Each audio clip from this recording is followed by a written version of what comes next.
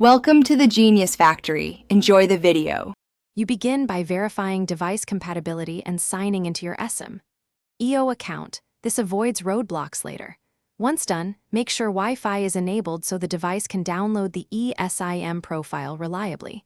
Have payment and the QR or activation code ready. That's the first actionable step.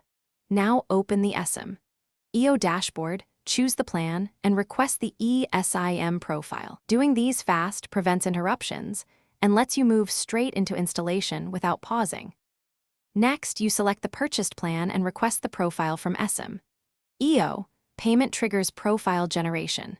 Then, scan the provided QR code or manually input the SMDP Plus server and activation code into the device's mobile plan settings. Once the profile downloads, install and label it clearly. Use names like travel or work.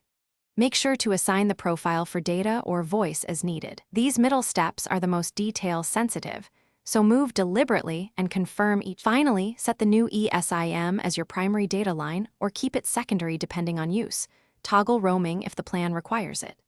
Then verify service by browsing a web page, placing a test call, and sending or receiving an SMS so you confirm voice, data, and messaging. If everything works, remove or disable the old physical SIM if desired. If something goes wrong, reset network settings, and if needed, contact ESIM IO support with your activation code for targeted help. Thanks for watching. If you found this helpful, don't forget to like and subscribe.